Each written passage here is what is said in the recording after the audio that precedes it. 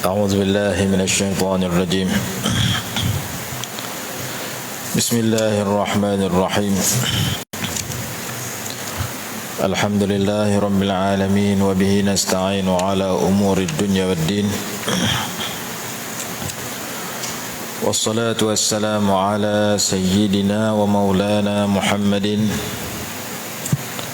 أشرف الأنبياء والمرسلين وعلى آله وصحبه أجمعين. سبحانك لا علم لنا إلا ما علمتنا إنك أنت العليم الحكيم.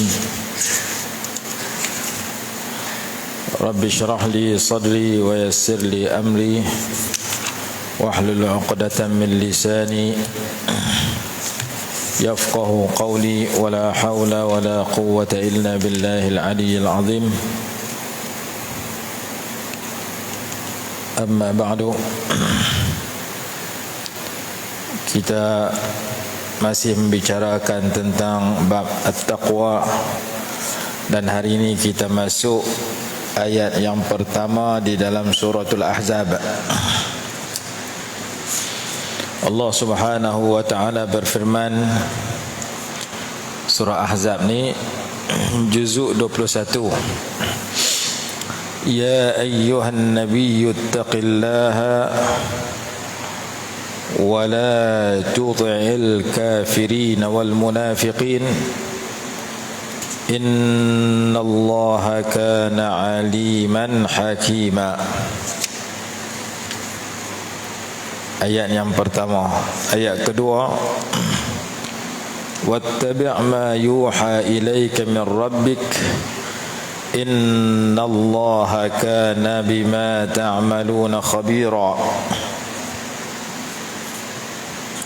Ayat yang ketiga, wa tawakkal 'ala Allah wa kafa billahi wakila. Sadaqallahul azim. Ayat yang pertama Allah berfirman, wahai Nabi, tetaplah bertakwa kepada Allah dan janganlah engkau menuruti keinginan orang-orang kafir dan orang-orang munafik. Sesungguhnya Allah itu maha mengetahui lagi maha bijaksana. Itu ayat pertama. Ayat kedua, dan ikutilah apa yang diwahyukan kepada engkau dari Tuhanmu. Sesungguhnya Allah maha teliti terhadap apa yang kamu kerjakan. Ayat ketiga, dan bertawakallah kepada Allah dan cukuplah Allah sebagai pemelihara. Ayat ini turun, kata dalam kitab As-Sawi, ketika mana Abu Sufyan dan Ikrimah ibni Abi Jahl dan Abu al-A'war Amr bin Sufyan datang ke Madinah. Mereka singgah di rumah Abdullah bin Ubay, kepala munafikin, setelah peperangan Uhud. Nabi SAW memberikan keamanan kepada mereka, menjanjikan keamanan untuk mereka datang berbual atau berbincang dengan Nabi SAW. Lalu bangunlah wakil mereka, Abdullah ibn Sa'd ibn Abi Sarh, dan seorang lagi berkata kepada Nabi SAW. Ketika itu ada di sisi Nabi SAW Sayyidina Umar ibn al-Khattab radhiyallahu anhu. Mereka kata kepada Nabi SAW, urfud dhikra alihatina Lat wal Uzza wa Manah wa qul inna laha syafa'atan liman abadaha wa nad'uka wa rabbak. Mereka kata kepada Nabi SAW, Tak sah duk sebut Tuhan depa, tak sah duk kata kat Tuhan depa, dan tolong habang kepada orang Tuhan depa juga boleh bagi syafaat kepada orang yang sembah Tuhan itu. Kalau itu boleh Nabi SAW katakan, mereka akan membiarkan Nabi SAW dengan Tuhannya, dengan Allah. Mereka tak akan kata kepada Nabi, mereka tak akan lawan Nabi SAW, mereka tak akan kata yang buruk kepada Allah Ta'ala. Mereka buat syarat lagu tu. Kalau kamu tak kata kat Tuhan kami, kami tak kata kat Tuhan kamu. Tu kata orang musyrikin kepada Nabi SAW. Kata-kata itu ditolak oleh Nabi SAW kerana hak tu jelas salah. Maka Sayyidina Umar radhiyallahu anhu berkata, ya Rasulullah, idzan lana fi qatlihim. Wahai Rasulullah, izinkan kami membunuh semua ni hak main ni. Nabi SAW menjawab, inni a'taituhumul aman. Sesungguhnya aku telah menjanjikan untuk memberi keamanan kepada mereka. Maka Sayyidina Umar kata kepada mereka, ukhruju fi la'natillahi wa ghadabih. Keluarlah kamu beserta dengan laknat dan murka Allah menimpa kamu. Maka Nabi SAW menyuruh Sayyidina Umar radhiyallahu anhu mengeluarkan mereka daripada Madinah. Ini cerita sebab turun ayat ini. Menurut tafsir As-Sawi, dalam ilmu ulumul Quran ada satu istilah yang berbunyi al-ibratu bi'umumil lafzi la bi khususis sabab. Yang dikira itu menurut lafaznya yang umum, bukan dengan sebab khusus sebab ayat itu datang. Ayat itu datang kerana orang kafir dengan orang munafik, orang kafir dan munafikin minta supaya Nabi SAW dengan para sahabat tak kata kepada Tuhan mereka dan menyatakan Tuhan mereka juga boleh bagi syafaat. Sementara umum ayat ini menyatakan jangan taat kepada orang kafir dan orang munafik, bukan sahaja dalam bab mengatakan Tuhan mereka sekian-sekian, tetapi dalam semua perkara apabila orang kafir dan munafik itu mengajak orang beriman kepada perkara yang bercanggah dengan syariat Allah. Sebab itu dalam tafsir Sawi kata, dalam tafsir Jalalain dia kata, fima yukhalifu syari'atak. Jangan kau taat, jangan kau turut, jangan kau ikut orang kafir dan orang munafik dalam segala sesuatu yang bercanggah dengan syariat engkau.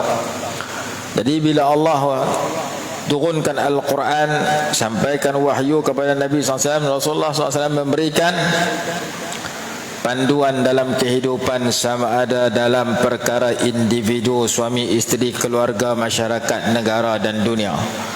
Semua perkara tu ada panduan dia di dalam Quran. Kalau cara ringkas dihuraikan oleh hadis, dijelaskan oleh para ulama.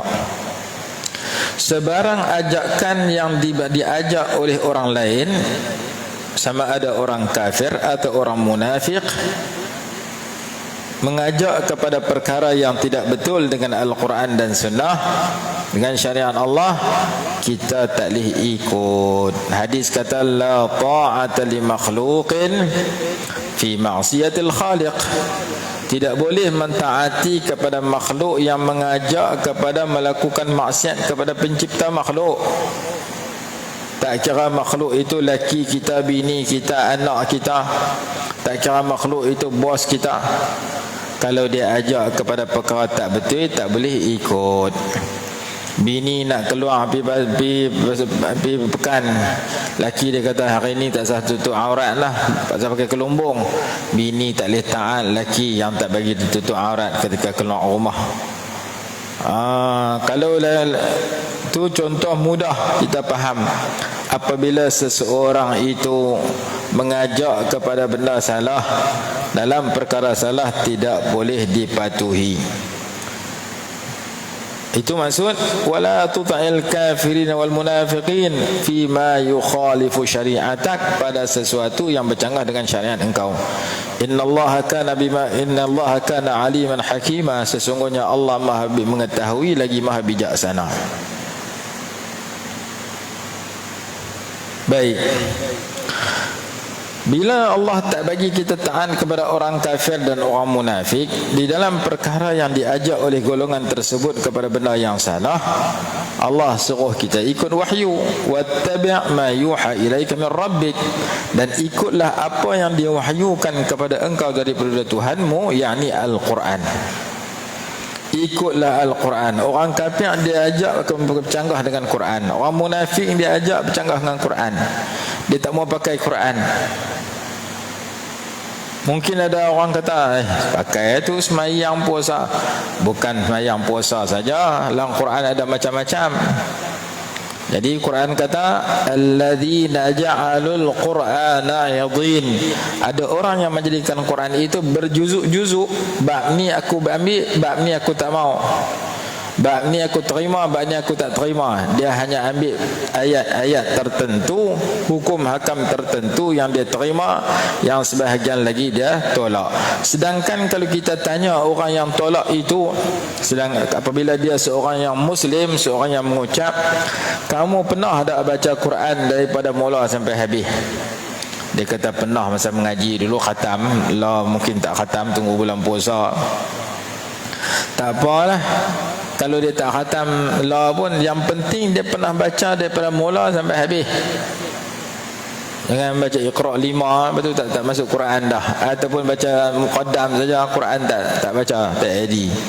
Elok Quran ni baca sampai habis, setelah habis kita ulang pula. Banyak mana nak ulang, ikut suka kita, mengikut kemampuan, kelapangan dan kesibukan kita.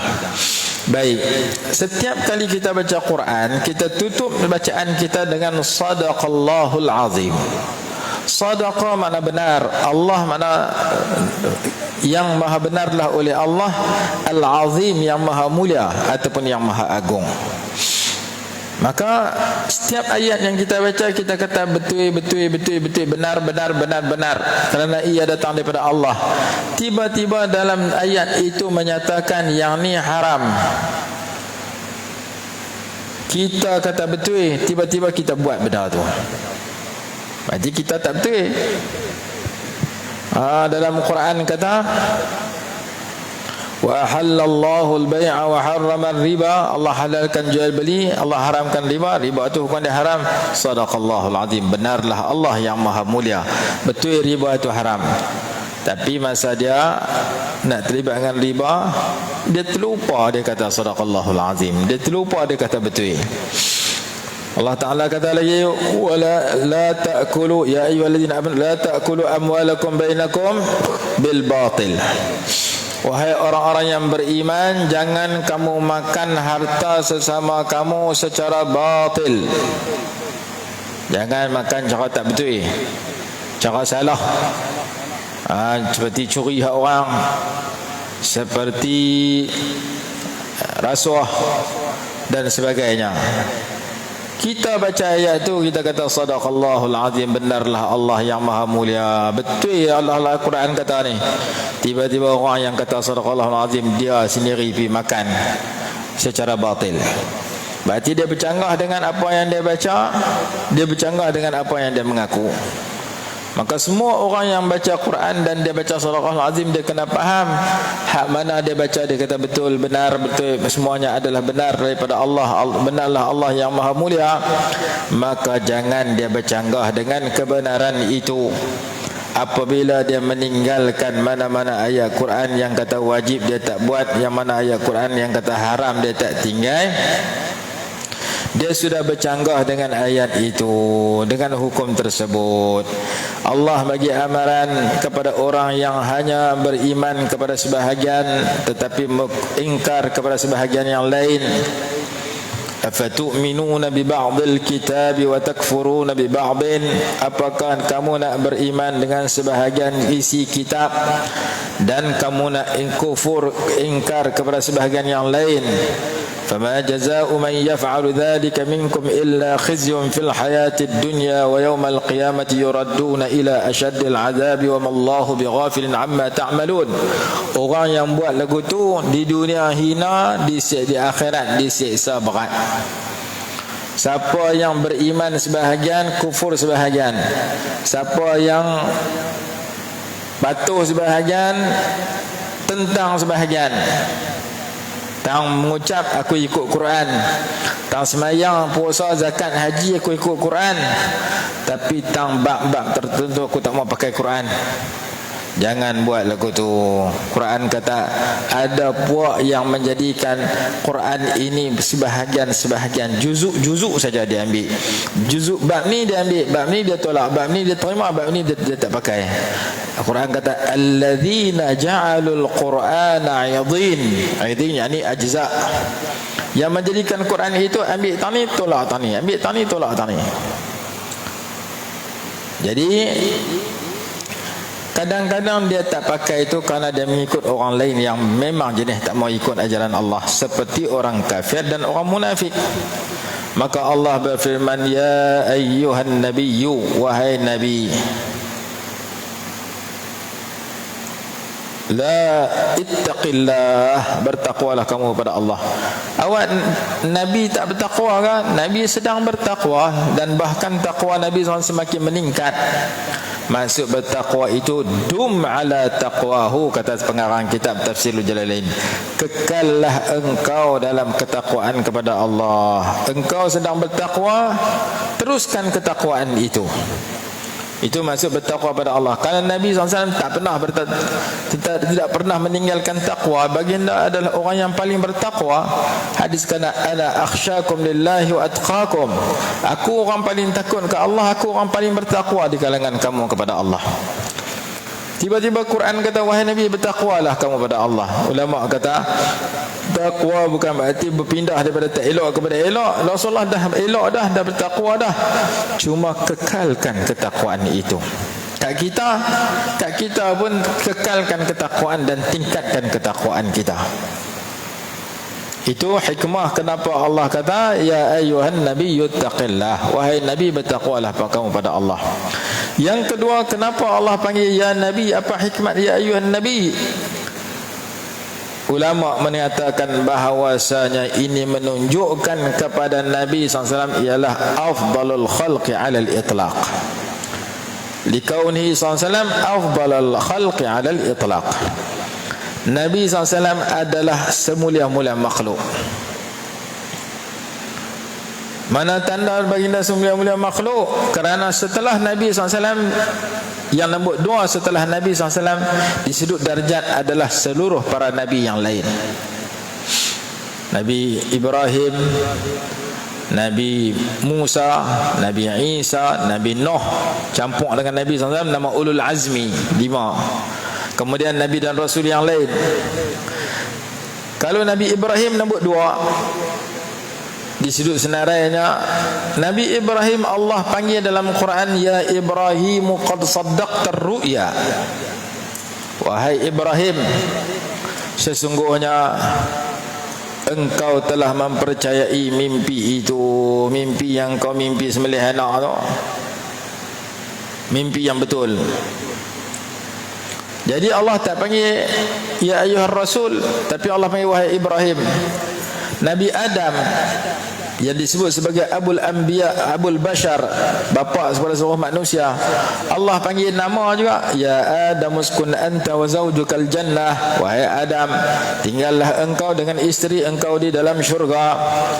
Nabi Zakaria, ya Zakaria khudhil kitaba biquwwah, ya Yahya khudhil kitaba biquwwah. Nabi Yahya, Nabi Zakaria, Nabi Musa, Nabi Isa, semua nabi-nabi dalam Al-Quran dipanggil nama sahaja. Tetapi Nabi besar Muhammad SAW Allah tak pernah panggil nama wahai Muhammad, wahai Ahmad, tak ada. Yang ada ya ayyuhar rasul, ya ayyuhan nabi, ya ayyuhal muzammil, ya ayyuhal muddathir. Panggil dengan gelaran mulia. faqatabahu bima yush'iru bit-ta'zim wal ijlal. Allah bercakap dengan Nabi SAW, memanggil Nabi SAW dengan panggilan yang menunjuk kepada keagungan, kebesaran dan kemuliaan. Nabi-Nabi lain dipanggil nida'ut tasmiyah, panggilan nama. Nabi SAW dipanggil nida'ul laqab, panggilan gelaran yang mulia, ataupun nida'ul madh, panggilan pujian. Ini salah satu ayat yang membuktikan Nabi SAW lebih daripada para Nabi yang lain. Karena kalau kita baca Quran, Nabi lain semua dipanggil nama. Wahai Adam, wahai Ibrahim, wahai Musa, wahai Isa, wahai Nuh, ya Nuh ihbit bisalamin. Nabi lain panggil nama terus. Nabi Muhammad tak ada wahai Muhammad, wahai Ahmad. Yang ada wahai seorang Rasul, wahai seorang Nabi, wahai seorang Rasul yang berselimut. Ya ayyuhal mudaththir, ya ayyuhal muzammil. Dipanggil dengan sifat pujian. Itu istimbat, petikan daripada ulama. Kalau nama Nabi Muhammad disebut dalam Quran, dikembangkan dengan Rasul juga. Kalau tak panggil tapi nak cerita, ada berbentuk panggil. Panggil ni wahai, ya ayyuhar rasul, wahai Rasul. Kadang-kadang tak panggil tapi cerita. Dia panggil mubtada khabar. Contoh cerita, Muhammadun Rasulullah walladzina ma'ahu asyidda'u 'alal kuffar ruhama'u bainahum. Nabi Muhammad itu adalah Rasulullah. Disebut Muhammad disertai dengan Rasulullah. Begitu juga ayat yang berbunyi, maka Muhammadun aba ahadin min rijalikum walakin Rasulullah. Tidaklah Muhammad itu bapa kepada mana-mana lelaki di kalangan kamu yang dewasa, tetapi dia adalah Rasulullah. Wa ma Muhammadun, ujungnya Rasulullah. Dan ada ayat berbunyi, wa ma Muhammadun illa rasulun qad khalat min qablihi ar-rusulu afa immata aw qutila anqalabtum ala aqabikum. Wa ma Muhammadun illa rasul. Tidaklah Nabi Muhammad itu melainkan rasul. Jadi kalau sebut Muhammad, kalau sebut Ahmad serta dengan rasul ataupun nabi juga. Tak dibiak Muhammad begitu saja ataupun Ahmad begitu saja.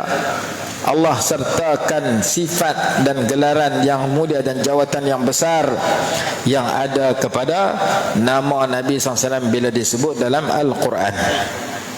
Baik. Ya ayyuhan nabiyyu, wahai Nabi Muhammad SAW, ittaqillah, bertakwalah kamu kepada Allah, yakni kekallah kamu dalam taqwa.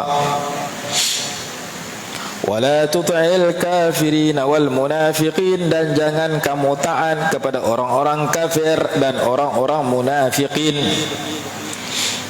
yakni taat, tak boleh taat dalam bab apa? Fima yukhalifu syari'atak, pada segala sesuatu yang bercanggah dengan syariat engkau.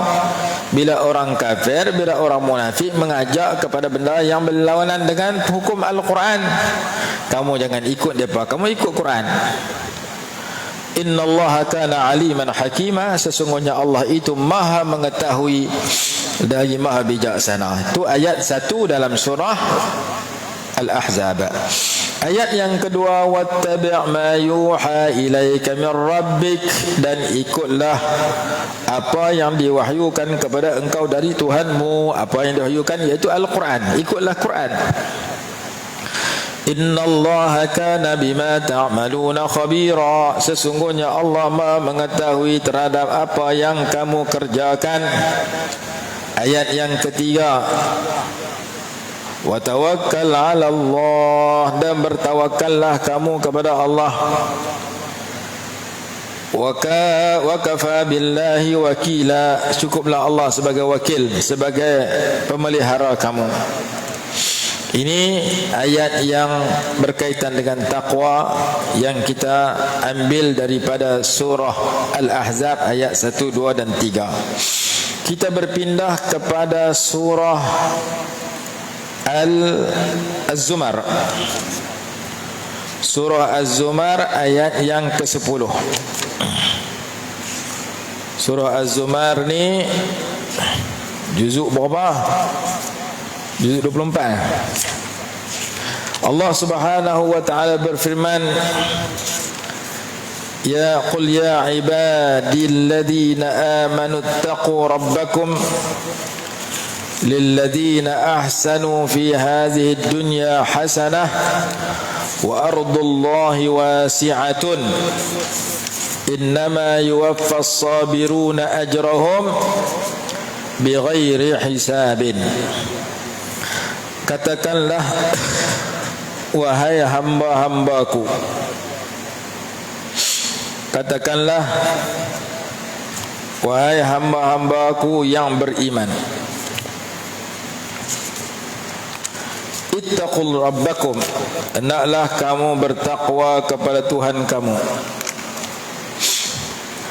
Lilladzina ahsanu fi hadhihi dunya hasanah, bagi orang-orang yang melakukan kebaikan itu di dunia ini, bagi orang-orang yang berbuat baik di dunia ini, hasanah, kebaikan, yakni syurga. Siapa hidup di dunia rajin buat baik, Allah sediakan syurga untuknya. Wa ardullahi wasi'atun, dan bumi Allah itu luas. Innama yuwaffas sabiruna ajrahum bighairi hisab, hanya orang-orang yang bersabarlah yang disempurnakan pahalanya tanpa batas.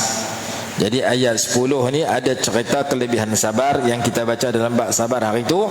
Dalam masa yang sama ayat 10 ni cerita tentang kelebihan taqwa dan berlaku ihsan, berbuat baik. Allah sebut dalam ayat ni, qul, katakanlah, ya ibadi, wahai hamba-hambaku, wahai orang yang sedang diri dia hamba aku. Ni jawatan yang paling special, jawatan yang paling istimewa yang Allah lantik kita hidup atas muka bumi, iaitu sebagai hamba Allah. Jawatan kita yang sementara, jawatan kita yang bergaul dalam masyarakat macam-macam. Ada kerja sendiri, ada kerja kerajaan, ada jadi penolong getah, ada jadi petani, ada jadi pegawai, jadi cikgu, ada jadi polis, ada jadi askar, ada jadi arkitek, macam-macam kerja. Ada jadi YB, jadi menteri, jadi timbalan Perdana Menteri, jadi menteri besar. Jawatan kita dalam mencari rezeki berbeza. Kerja ni gaji dia sekian, kerja ni dapat duit sekian, kerja ni sekian, berbeza. Tapi jawatan kita nak pergi ke alam akhirat sama, iaitu sebagai hamba Allah. Semua kita dilantik sebagai hamba Allah. Itu jawatan kita yang sebenar. Wa ma khalaqtul jinna wal insa illa liya'budun. Aku tak ciptakan jin dan manusia melainkan supaya mereka mengabdikan diri kepada aku, supaya mereka menyembah aku, supaya mereka jadi hamba aku. Jadi Allah panggil dengan seruan ya ibadi, wahai hamba-hamba aku. Seruan kemuliaan. Allah panggil dengan panggilan yang mulia. Orang mulia ini bila dia sedar diri dia hamba Allah, dia duduk tak mana pun dia buat kerja sebagai hamba Allah. Dia duduk dalam bendang, dia tak buat dosa. Dia duduk dalam kebun getah, dia tak buat dosa. Dia duduk dalam pejabat, dia tak buat dosa. Dia duduk dalam jawatan cikgu, dia tak buat dosa. Dia duduk jawatan menteri, dia tak buat dosa. Maka dia hamba Allah. Kalau dia buat dosa, dia bukan hamba Allah. Dia lupa kalau dia hamba Allah, dia jadi hamba kepada hawa nafsu dia. Afara'aita man ittakhadha ilahahu hawahu, apakah engkau melihat orang yang menjadikan hawa nafsunya sebagai Tuhan dia? Kalau dia cari duit, dia tak kira halal haram, dia jadi hamba kepada duit. Hadis Bukhari menyatakan, ta'isa abdul dinar, ta'isa abdul dirham, ta'isa abdul khamisah. Celakalah hamba kepada dinar dan dirham, celakalah hamba kepada pakaian. Apabila dinar dan dirham yang dia cari kadang-kadang terlibat dengan cara haram, apabila pakaian yang dia pakai kadang-kadang pakaian yang melambangkan dosa, pakaian yang tak tutup aurat dengan sempurna. Baik, Allah panggil ya ibadilladzina amanu, katakanlah wahai hamba-hambaku yang beriman, ittaqu rabbakum, bertakwalah kamu kepada Tuhan kamu, ay ittaqu azab rabbikum bi an tuti'uhu, kata dalam kitab Jalalain. Takutlah kamu kepada Tuhan kamu, yakni takutlah kamu kepada siksa Tuhan kamu dengan cara kamu mentaati Tuhan kamu. Kalau kamu betul taat, benar kamu tu orang yang takut kepada siksa dia. Kalau kamu buat maksiat, kamu tak takut pada siksa dia, kamu menempah siksa dia selagi kamu tak bertaubat. Itu permulaan ayat 10 surah Az-Zumar. Sambungan ayat menyatakan lilladzina ahsanu fi hadhihi dunya hasanatun, bagi orang-orang yang melakukan kebaikan di dunia ini, hasanah dapat kebaikan, yakni jannah, syurga. Bagi orang yang melakukan kebaikan di dunia, yakni dengan melakukan ketaatan itu dapat syurga. Wa ardullahi wasi'atun, dan bumi Allah itu luas. Apa cerita bumi luas ini? Maksudnya kalau kamu duduk satu tempat tu kamu tak boleh buat taat, jangan duduk tanpa pindah pergi tempat lain. Berhijrahlah kamu. Kalau kamu kerja, dalam kerja tu terlibat halal haram, kamu kerja di bank, kamu terpaksa sign borang untuk orang buat pinjaman perumahan secara Islam. Kadang-kadang main seorang Islam, dia kata aku tak mau cara Islam, aku nak cara bukan Islam, pinjaman cara bukan Islam, cara riba. Kamu sign juga, dua-dua kamu buat. Kalau ada kerja yang tak campur halal haram, pindah pergi cari tempat kerja tak ada halal haram. Anak kamu kerja supermarket, kerja apa? Anak kamu kerja lelaki perempuan? Lelaki. Kerja apa? Kerja supermarket. Kerja tak mana supermarket? Kerja di belakang. Buat macam mana? Angkat barang daripada trailer masuk dalam store. Daripada store pergi buh di rak.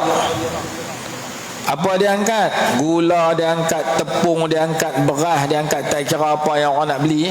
Hak mana ada jual supermarket dia angkat belakang. Semua tu halal, ada juga tak halal. Apa dia? Botol arak pun dia angkat juga. Arak pun dia angkat juga. Arak tu haram. Ada kedai yang kita pergi beli itu, yang Coca-Cola pun dia jual, mineral pun dia jual, arak pun dia jual. Yang jual tu orang Melayu. Maka kerja dia campur halal haram. Pergi cari supermarket minta kerja, kedai runcit juga, dia kata anak aku tak kerja lain, kerja ni, kerja angkat barang. Pergi cari kedai yang jual yang tidak terlibat dengan jual arak. Angkat gula, angkat tepung silakan, bawang apa semua. Tapi kedai tu tak ada arak langsung, tu baik lebih. Sebab berhijrah daripada bercampur dengan benda haram kepada benda yang tak haram langsung, itu adalah tuntutan syarak. Quran kata alam takun ardullahi wasi'atan fatuhajiru fiha. Bukankah bumi Allah ini luas, maka kamu boleh berpindah daripadanya. Kita duduk satu tempat tu tak ada tok guru, alim tak ada, mengaji pun tak ada, mengajar pun tak ada, maka kita keluar daripada rumah kita pergi mengaji. Itu nama hijrah juga, tapi bukan hijrah rumah, hijrah diri kita, pindah pergi mengaji. Keluar pergi mengaji, sini balik rumah kita balik. Daripada duduk dalam rumah kita, surau depan rumah kita pun tak hidup. Mayang jemaah orang 5 waktu, dia satu waktu mayang maghrib saja ada surau tu, waktu lain tak ada. Mayang jemaah tak boleh buat, mengaji tak boleh. Pasal duduk di satu tempat, keliling rumah kita, fikir cari makan, fikir nak bergembira, nak berhibur, nak cari makan. Ibadat masing-masing. Ada yang tak semayang terus, duduk dalam kampung semayang jemaah tak boleh buat, duduk dalam kampung mengaji pun tak boleh, pindah orang daripada kampung tu. Nak pindah pakai duit banyak, ustaz ni covid ni cari duit tak mana. Bukan berarti pindah rumah. Kalau kita tak mampu, kita tak mampu pindah rumah, kita duduk rumah tu juga, tapi masa mengaji kita pindah keluar pergi cari tempat mengaji, betul balik rumah kita balik. Ada kampung-kampung yang kita pergi tak ada tu guru langsung, nak mengaji Quran pun payah. Satu kampung saya singgah, mayang maghrib pun tak ada orang. Orang kampung tu hanya fikir cari makan. Qaryah tu tak hidup sembahyang jemaah, tak hidup pengajian-pengajian. Satu masjid saya pergi, duit masjid yang dikutip hari Jumaat tu hanya untuk mesyuarat agung setahun sekali makan mi rebus. Duit masuk tiap minggu. Minggu ni 100, minggu ni 200. Himpun-himpun ribu. Keluar tak ada. Keluar untuk mesyuarat agung setahun sekali. Dulu masjid tu lah ni, masjid tu Rasan dah berubah. Tu zaman dulu-dulu. Jadi kita duduk tempat yang pekerjaan yang kita terlibat bercampur halal haram. Kalau boleh minta kerja lain yang tak bercampur halal haram, sila berpindah. Kerana Allah sebut dalam Quran, wa ardullahi wasi'ah. Bumi Allah itu luas. Oleh sebab itu ulama membahagikan hukum berhijrah kepada 5. Ada wajib, ada haram, ada wajib, ada sunat, ada makruh. Ada 4 hukum. Wajib, sunat, makruh, haram. Apa itu hijrah yang wajib? Seperti seseorang berhijrah daripada satu tempat yang dia tak boleh menghayati agamanya di tempat itu kepada tempat yang dia boleh belajar agama dan menegakkan syiar agama. Dia duduk satu taman, dia duduk satu kampung. Dalam kampung tu dia nak mengaji, tak ada orang mengajar langsung. Dalam masa yang sama dia nak beramalkan Islam dalam kampung tu tak boleh. Dia duduk di tengah-tengah masyarakat yang bukan Islam, contoh dia. Maka dia pindah pergi cari tempat dia dan mengaji, dan dia boleh beramal dengan Islam. Wajib dia pindah daripada negeri itu. Macam Nabi SAW dengan para sahabat berpindah daripada Mekah pergi ke Madinah. Wajib pada ketika itu. Kalau duduk di Mekah dah tak boleh amal Islam, Allah Ta'ala bagi wahyu suruh pindah. Lepas tu patah balik membuka Mekah. Baik, itulah dia kata hijrah. Peringkat awalnya wajib, tapi setelah pembukaan kota Mekah sudah tidak ada lagi. La hijrata ba'dal fathi walakin jihadun wa niyyatun. Jadi kita duduk satu kampung, dalam kampung tu mengaji pun tak boleh. Nak beramal menegakkan syiar Allah dalam kampung tu pun tak ada orang. Duduk satu kampung ada surau depan rumah, surau tu pun mampu tak hidup. Nak main jemaah tak boleh. Orang mengajar pun tak ada. Orang kampung pergi sembang buat cari makan. Pergi rumah kami ni buat cari makan, pergi orang ni buat rezeki, pergi orang ni buat hiburan. Yang dia tu main, hibur, makan tidur. Ada orang kampung celik mata ambil pejam mata sembang bab dunia. Tak ada nak sembang bab kubur akhirat, sembang bab agama, sembang bab zikir, sembang bab Quran, tak ada. Jadi kita duduk dalam kampung tu tak ada manfaat. Kalau kita ada duit pindah pergi kampung lain. Oh, saya tak ada duit nak buat rumah pun tak ada. Rumah ni pun teruk dah. Bukan berarti perlu kamu tinggal rumah pergi buat orang lain. Kalau boleh buat tu lagi baik. Kamu hanya perlu masa tertentu pindah daripada rumah kamu pergi cari di luar. Kita duduk di kampung di gurun, tak ada orang mengajar surau depan rumah kita, kita keluar pergi cari di gua. Kita duduk di gua tak ada orang mengajar, kita pergi cari di Sungai Limau. Tak ada di Sungai Limau, cari Lok Stang. Yang penting kita kena berhijrah untuk melakukan kebaikan. Yang kedua, hijrah itu hukumnya sunat. Apabila ia berhijrah daripada satu tempat, satu bumi ini satu kampung dia, la akhyara fiha, tidak ada orang baik langsung dalam kampung dia. Kampung dia tak ada orang baik, dia duduk tepi laut, tak ada orang baik di situ. Bulan puasa pun makan kenduri siang hari. Bulan puasa siang hari orang puasa, dia pun tak puasa. Kerja mereka hanya cari makan. Mayang tak, puasa tak. Nak cari seorang pun nak boleh buat tahlil, tak jumpa. Sekiranya kita duduk satu kampung, tidak ada orang-orang baik di situ, kita pindah pergi cari kampung yang ada orang baik untuk berhimpun dengan orang baik, mendapat bimbingan orang baik. Yajtami'u alaihim lil irsyad. إذا هاجر من أرض لا أخيار بها لأرض بها أخيار يجتمع عليهم للإرشاد. Hukum dia sunat kita berpindah meninggalkan satu bumi yang tidak ada orang-orang baik di bumi itu, pergi cari orang-orang baik untuk kita berhimpun mendapat bimbingan orang baik itu. Itu hukum sunat berpindah. Yang ketiga makruh. seperti berhijrah daripada tempat yang dah ada orang baik, dah ada orang alim, dah ada orang soleh, pindah pergi tempat orang baik tak ada, orang alim tak ada, orang beramal, orang baik tak ada.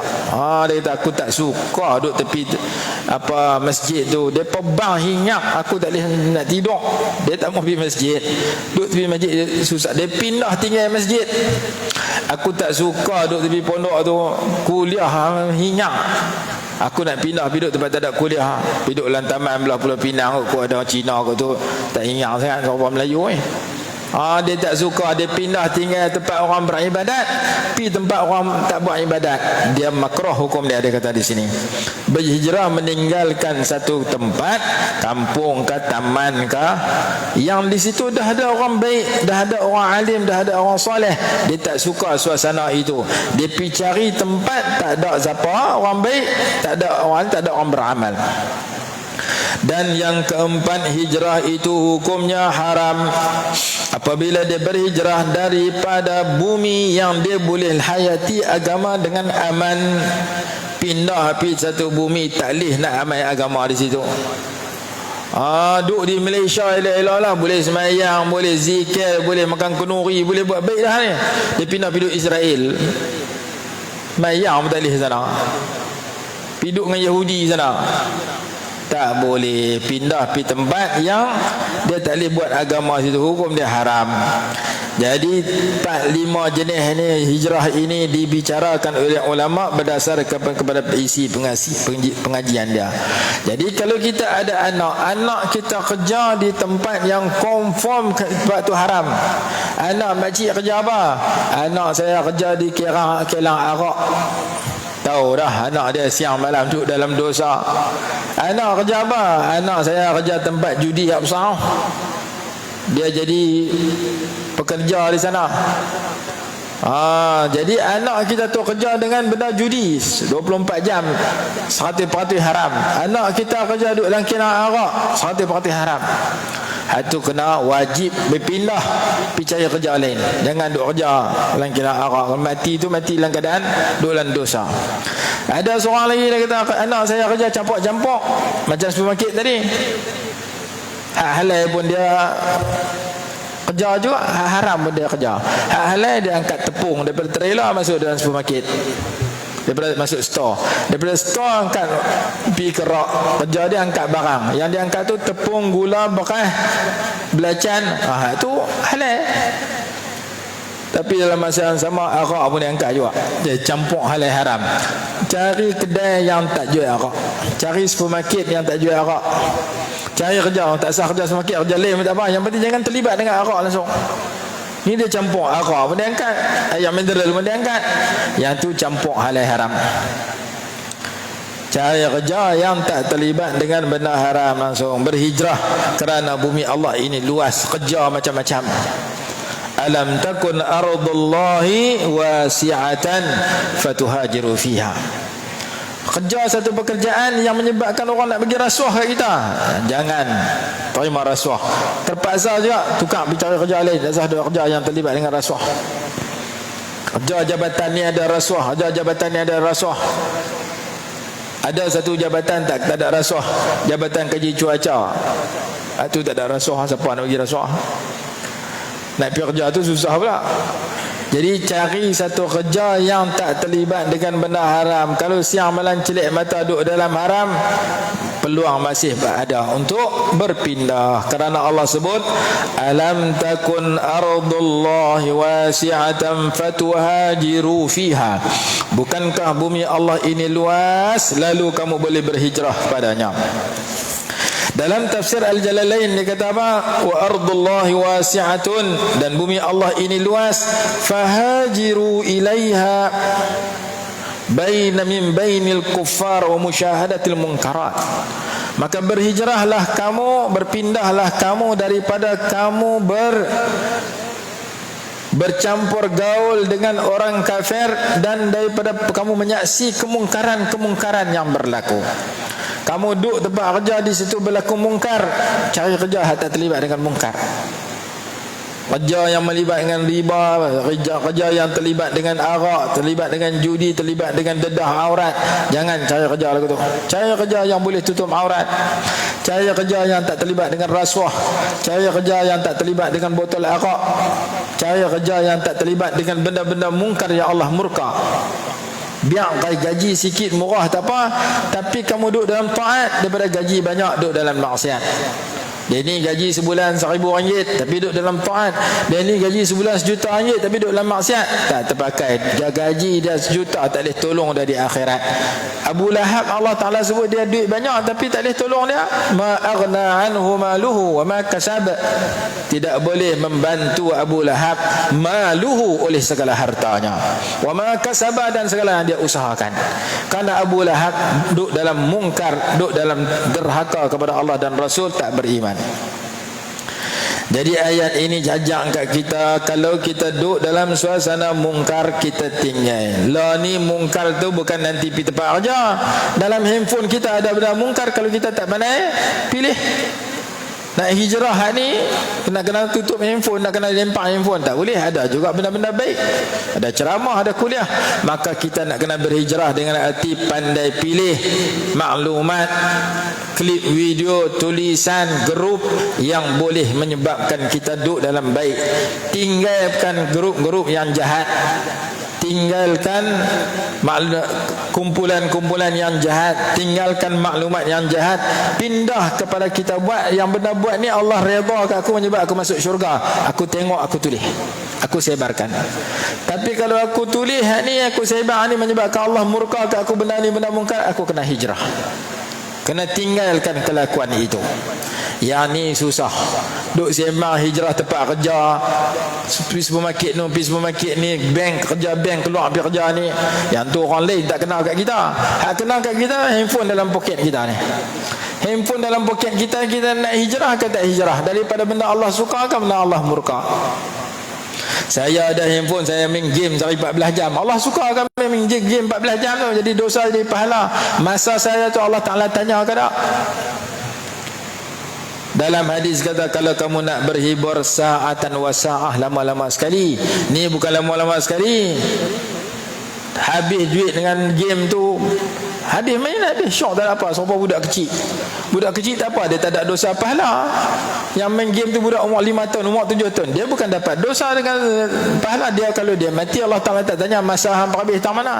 Tapi orang yang sudah baligh, lelaki perempuan yang sudah baligh, Allah bagi izin dia pegang handphone. Dengan handphone tu dia buat dosa, dia bertanggungjawab dunia akhirat.